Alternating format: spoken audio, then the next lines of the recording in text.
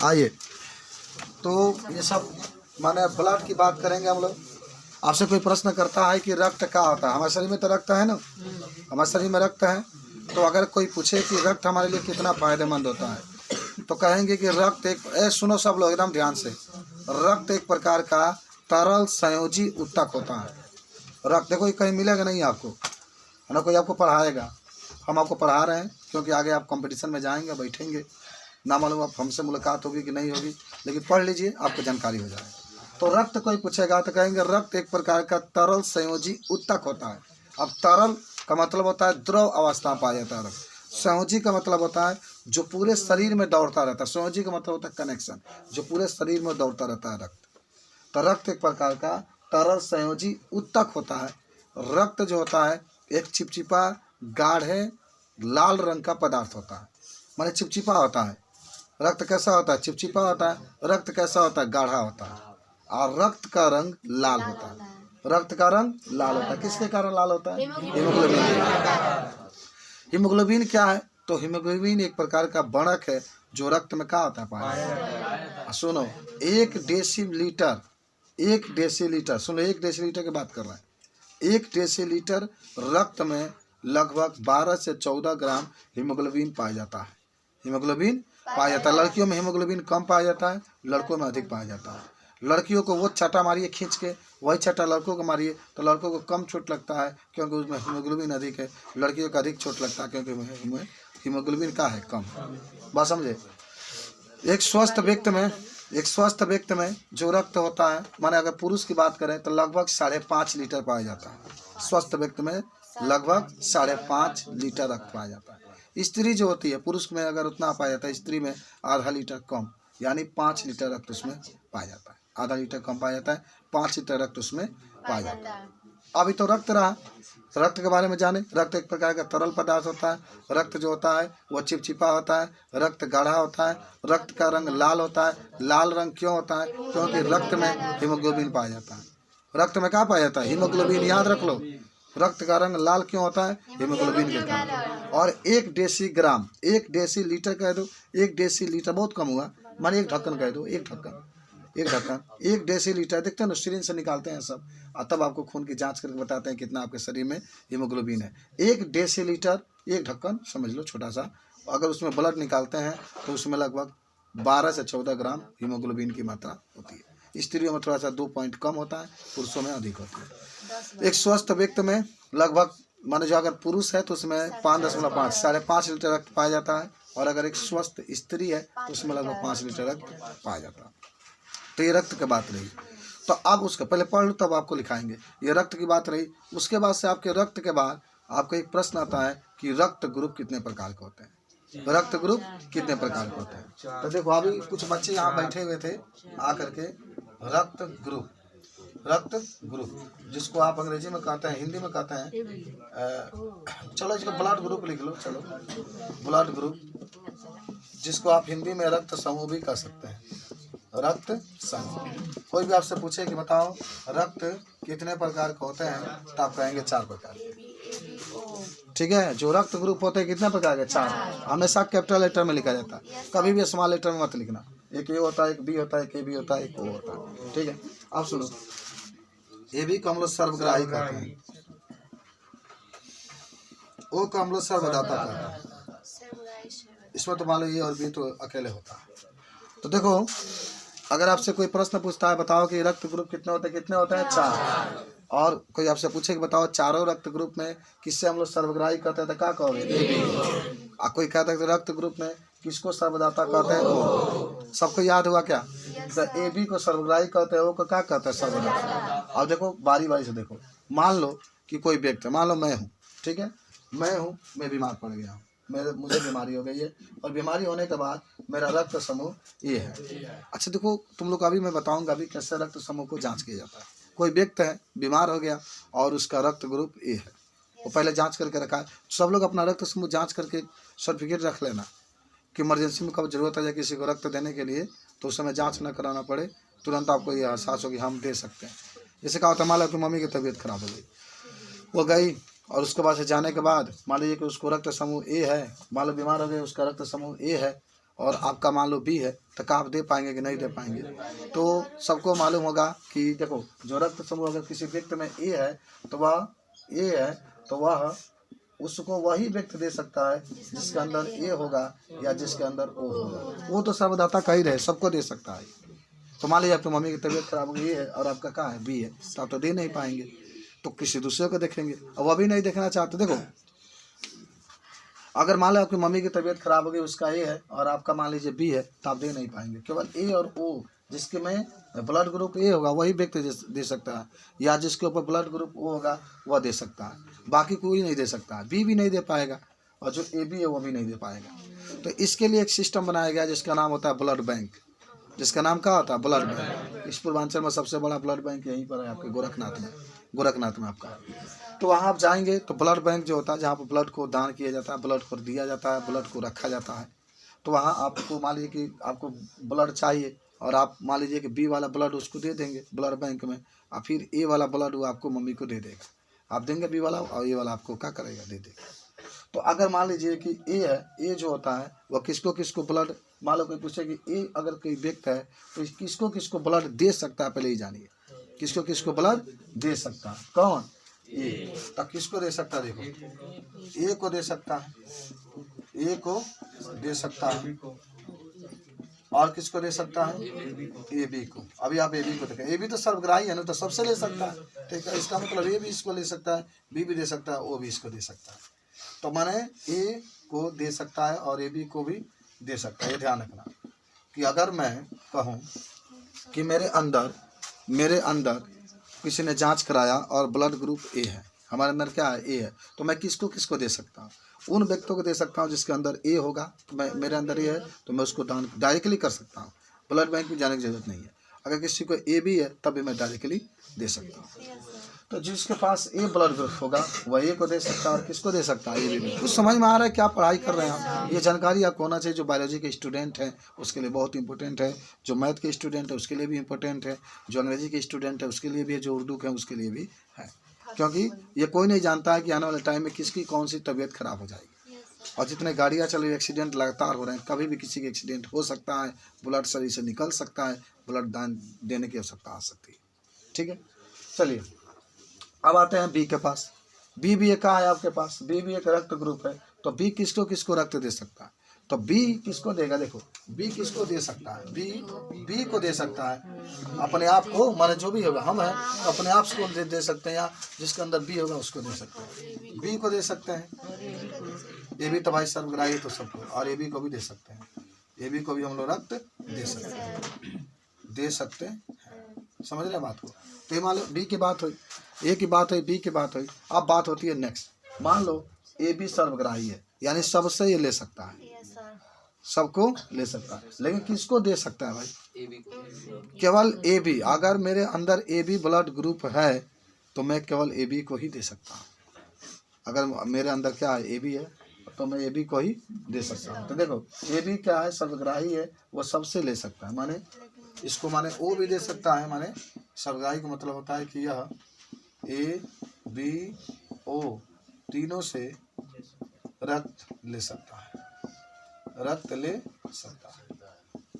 और किसको दे सकता है? और ए बी को दे सकता है, ए बी को दे सकता है। किसको किसको नहीं दे सकता है भाई? किसको? ए बी और ओ को नहीं दे सकता है, नहीं दे सकता है। कौन? जो आपके पास ए बी है। कल पूरा क्वेश्चन इससे संबंधित होगा, पूरा लिखा जाएगा ना आपका। लेकिन आज कितना पढ़ाई पढ़ा रहे हैं, इसलिए तो मैथ आपको अभी ब्रेक किया गया। वो आपका आता है सर्वदाता। क्या होता है आपके? सर्वदाता। सर्वदाता किसे कहते हैं? जो सबको दे सकता है, जो सबको दे सकता है। कौन हो भाई? वो भगवान का अवतार होगा जिसके अंदर वो होगा। आप लोग जांच कराए हैं? जांच करा लेना, उसमें क्या है? फ्री टू जांच का जाएगा सर। ये तो जांच रहेगा तो कहा सर्टिफिकेट तो आपके पास रहेगा, कहीं जाएंगे तो हाँ ये होगा आपका। खैर, ब्लड ग्रुप आपकी जानकारी होनी चाहिए। आज तक ब्लड ग्रुप नहीं जानकारी है तो फिर क्या जानकारी है? हमारा तो क्या है? हमारा बी पॉजिटिव है। अगर बी की ज़रूरत होगी तो तुम लोग कह देना, हम दे देंगे। हम दान करने में बड़ी आगे रहते हैं। ब्लड ग्रुप नेगेटिव और पॉजिटिव से नहीं होता है ना, उससे कोई अंतर नहीं पड़ेगा। अभी तुम लोग अभी बता रहे हो ना कैसे जांच किया जाता है ब्लड को। 1 मिनट के काम है भाई के, तुम जांच कर सकते हो, बस सामान चाहिए, यही जांच हो जाएगी, बस वो सामान होना चाहिए आपको, समझ रहे ना, बस सामान होगा आपको जांच हो जाएगी। चलिए सर्वदाता पर आते हैं हम लोग। सर्वदाता का मतलब होता है जो क्या करता है, सभी को दे सकता है, यानी यह ए बी और ओ को दे सकता, ठीक है। वो भी और सबसे ले भी सकता है, हालांकि सबसे नहीं लेगा, लेकिन वो वाले व्यक्ति से वो केवल ले सकता है। माने ये लिख सकते हो कि वो वाले व्यक्ति से यह रक्त क्या कर सकता है, ले सकता है। चलिए ये तो बात रहा एक चीज। अब एक बात होती है रक्त के कार्य, फंक्शन ऑफ ब्लड, रक्त के कार्य। देखो अब गीत भी सुने होंगे, दिल चीर के देख तेरा ही नाम होगा, दिल चीर के देख तेरा ही नाम होगा। ये दिल है, इससे दिल को चीरोगे तो कहाँ नजर आएगा, रक्त, तो रक्त का ही नाम इसमें है, ब्लड का नाम इसमें है। और आप जानते होंगे कि दिल जो होता है इसका मेन फंक्शन क्या होता है मालूम है, यही तो है जो पूरे रक्त को शरीर से खींचता है और खींच करके फेफड़े में भेजता है, और फेफड़ा में जो ऑक्सीजन होता है उस रक्त में मिलता है, फिर खींच करके धमनियों के द्वारा पूरे शरीर में भेजता है। बात समझ रहे हैं, धमनी में शुद्ध रक्त बहती है, लेकिन फुफ्फुस धमनी एक ऐसा धमनी है जिसमें अशुद्ध रक्त बहता है, याद करो, समझे ना। पल्मोनरी या फुफ्फुस जो भी कहे, फुफ्फुस माने फेफड़ा, फुफ्फुस माने क्या होता है भाई, बायोलॉजी स्ट्रांग रखो, देखो बायोलॉजी में किताब का आपको पढ़ा रहे हैं, आपका भी स्ट्रांग होना चाहिए। चलिए तो ये बात रहा, पूरा रक्त समूह की बात आपकी रही। हाँ, अब रक्त के क्या क्या कार्य होंगे, तो पहला सुन लो, what is a blood. Blood is very important for a man and woman because he was transport to the oxygen in the all cell in my body,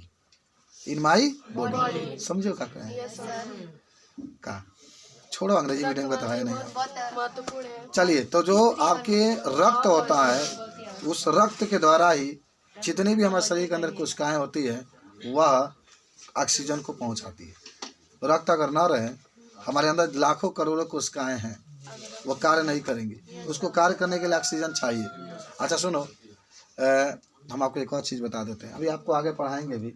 आपको सुबह उठने का मन नहीं करता होगा, खास तरीके से आलसीपन नज़र आता है, यानी उतना पोषक तत्व आपको नहीं मिल रहा है जितना चाहिए, ठीक है। या हो सकता है कि हमारे शरीर के अंदर आलसीपन है, फुर्ती उतना नहीं है जितना चाहिए, फुर्ती उतना नहीं है जितना चाहिए। और देखो हम आपको चीज़ बता देते हैं, इसका सबसे प्रमुख योगदान होता है रक्त प्लेटलेटस का नाम सुने हैं ना, रक्त प्लेटलेटस। तो रक्त प्लेटलेटस जो होता है, रक्त प्लेटलेटस जो होता है शरीर में कम से कम उसकी मात्रा 2 लाख से कम नहीं होना चाहिए, कम से कम 2 लाख, ठीक है। अब अगर आगे 2.5, 3, 6, 5 इतना रहे कौन दी, जितना अधिक रहेगा उतना सही है। तो जिसके अंदर रक्त प्लेटलेटस की मात्रा अधिक होती है उस व्यक्ति के कार्य करने में बड़ी मजा आता है, माने कार्य करने में उसको थकान महसूस नहीं होती है। और जिसके अंदर रक्त प्लेटलेटस का ले रिवाई रहे, अरे बाबू नहीं पढ़ा तो क्या हो गया, मम्मी कहते नहीं जाओगे क्या, कौन पढ़ के राजा बने के बाद, ठीक है। अच्छा जाएगा बोझा ढोने के लिए खेत में, पापा कहेंगे धो, हम ये फोन कर क्रिकेट खेले जाएगा, ठीक बा, चला जाता है बेटा। तो जिसके अंदर रक्त प्लेटलेटस की कमी होती है, रक्त प्लेटलेटस की क्या होती है, कमी होती है, वह क्या होता है, वह अपने आप को थकान महसूस करता है, और जिसके अंदर अधिक होती है अपने आप को फुर्तीला महसूस करता है। खैर वो अलग चीज़ है कि हम लोग को अन्य कार्य करने में अच्छा लगता है, कार्य करने में चाहे मन लगता है चाहे ना लगता हो, लेकिन एक चीज़ जरूर याद रखिएगा कि हमेशा आप जब भी वक्त मिले, बुखार वखार लगता है तो देखिए अभी आपको टाइफाइड एक बुखार चला था, मलेरिया, सबका रक्त प्लेटलेटस में गिर जा रहा था, कोरोना के कहर में सबका रक्त प्लेटलेटस गिर जा रहा था। उसमें जानते हो कि रक्त प्लेटलेटस दवाई ना खेबे तो पपीता के पता ही से नहीं होगा। इक्वली क्या है मालूम है, जब आपकी बीमारी हो जाती है ना तो डॉक्टर अब का कह देगा, कहेगा आपके रक्त प्लेटलेटस कम हो गया, जाओ खा लो का पपीता के पत्ती ना, वो दवाई भी देगा, मेडिसिन भी देगा, उसके बाद से ये होगा। मान लो कि कोई कह देता है कि चलो भाई कुनैन की दवाई खाओगे तो मलेरिया ठीक हो जाएगा। कुनैन माने कुनैन की दवाई आती है, कुनैन एक वृक्ष का नाम है, उसके छाल वगैरह पीते हैं तो बीमारी ठीक है, पीते तो वो साफ हो जाएगा। ये करके बीमारी है ना, रिसर्च दवाई जो है बहुत आवश्यक होता है। तो रक्त प्लेटलेट्स बहुत इंपॉर्टेंट होता है। हाँ, तो बात क्या हो रही थी रक्त के कार्य के। तो पहला कार्य क्या होता है ना कि हमारे शरीर में जितनी कोशिकाएं होती है उन सभी को कार्य करने के लिए ऑक्सीजन की आवश्यकता होती है। और ऑक्सीजन कौन पहुंचाता है? रक्त पहुंचाता है। ऑक्सीजन कौन पहुंचाता है? रक्त। तो पहला तो जान गए। अच्छा, मान लो कि हमारे शरीर में अपशिष्ट पदार्थ बना, भाई भोजन का जब पाचन होगा तो अपशिष्ट पदार्थ बनेगा। यूरिया बन सकता है अपशिष्ट के रूप में, यूरिया बन सकता है, या मान लीजिए कि तमाम प्रकार के यूरिक अम्ल बन सकते हैं, अमोनिया बन सकता है, अपशिष्ट जल बन सकता है। तो उसको किडनी तक पहुंचाने का कार्य कौन करता है? ब्लड करता है, रक्त करता है। वहाँ समझ रहे ना, अगर वह किडनी तक ना पहुंचाए तो फिर आपका अपशिष्ट पदार्थ बाहर निकल ही नहीं पाता। तो अपशिष्ट पदार्थ को निकालने का कार्य भी रक्त करता है। अच्छा, ये तो बात रहा। तीसरा का सुनो, शरीर में जो पीएच मान होता है उसको नियंत्रित करता है। देखा, जब मुंह में अम्ल की मात्रा बढ़ जाएगी, अम्ल ये प्रिंस, अरे आज वो तो सुना मर दे, अरे आज वो तो सुन के याद करोगे। जब मुंह का पीएच मान बहुत घट जाता है तो अम्लीय माध्यम हो जाता है। और अगर आप बरस क्यों किया था मालूम है? क्या है? मतलब मुंह छारी हो जाएगा। हाँ, एकदम सही। माने वैज्ञानिक दृष्टिकोण से, देहात के दृष्टिकोण से किसी को भी मालूम नहीं होगा कि काहे ब्रश किया जाता है। ब्रश इसलिए किया जाता है कि जब हम लोग भोजन खा लेते हैं तो हमारे मुख में अम्ल की मात्रा बढ़ जाती है। और जब मंजन करते हैं लोग दतुअन करते हैं, दतुअन, नीम के दतुअन जो करेगा ना उसका दांत रहेगा नहीं ढेर दिन, जान जाना खत्म हो जाएगा। तो इसलिए जो कोलगेट वगैरह आता है ये सब, उसको जब हम लोग खाते हैं तो सब क्षारीय होते हैं। क्षारीय होने के कारण पहले मुंह में अम्लीय था, अभी क्षारीय है, तो दोनों अम्ल और क्षार क्रिया करते हैं और फिर मुंह से अम्ल बाहर निकल जाता है और दांत आपका सुरक्षित रहता है। क्यों? तो ब्रश करता मारता हूँ, एक बार है ना मारते, एक बार है मार हो गया। अब एकरा बाद बताओ, जब अंदर वाला हिस्सा उसमें तो गया नहीं तो उसमें तो अम्ल की मात्रा होती है। ए सीधा बैठो, बात मत करो। जब पढ़ाई जाता है बात नहीं किया जाता, क्या तो तुम अच्छे स्टूडेंट हो, प्राथमिकता तुम्हारी दी जाती है। तो मान लो कि अंदर जो गढ़ा वगैरह बा में फंस गया है, उसमें ब्रश नहीं जाता है ना, तो समझो कि आपके काम हो गया। तो वही काम इसका होता है ब्लड का। शरीर के अपशिष्ट पदार्थ को बाहर निकालने का कार्य करता है, शरीर के पीएच मान को संतुलित रखता है, शरीर के ताप को भी संतुलित रखता है। आज शरीर के अंदर कौन हानिकारक सूक्ष्म जीव प्रवेश करता है तो उसको मारने का कार्य भी करता है। कौन? ब्लड। शरीर में जो एंजाइम होते हैं, जो भी हार्मोन्स होते हैं, उसको एक जगह से दूसरे जगह पहुंचाने का कार्य करता है रक्त। ब्लड किसी के अंदर बहुत अधिक कम अगर हो जाता है ना तो आदमी चढ़ाता है। चढ़ाने का मतलब है कि उसमें हीमोग्लोबिन होना चाहिए, उसमें माने तमाम प्रकार के जो एंटीबायोटिक वगैरह होते हैं वो होना। एंटीबायोटिक क्या होता है? एंटीबायोटिक का मतलब होता है जो हमारे शरीर को, रक्त हमारे शरीर को रोग प्रतिरोधक क्षमता बढ़ाता रहता है। देखना ना, कोई औरत होती है गिरगिट खान रहती है, गिरगिट का डॉक्टर साहब, हाँ देखो ना डॉक्टर साहब, ऐसा करते हैं ना सब। तो ऐसा क्या हुआ? उसमें रक्त कम हुई, रक्त क्या होती है? कमी हुई, ऐसा होता है आपका। तो रक्त के कमी के कारण शरीर के प्रतिरोधक क्षमता भी कमजोर है। प्रतिरोधक क्षमता का मतलब जानते हैं ना, बीमारी माने कम होता है। तो डॉक्टर साहब कहीं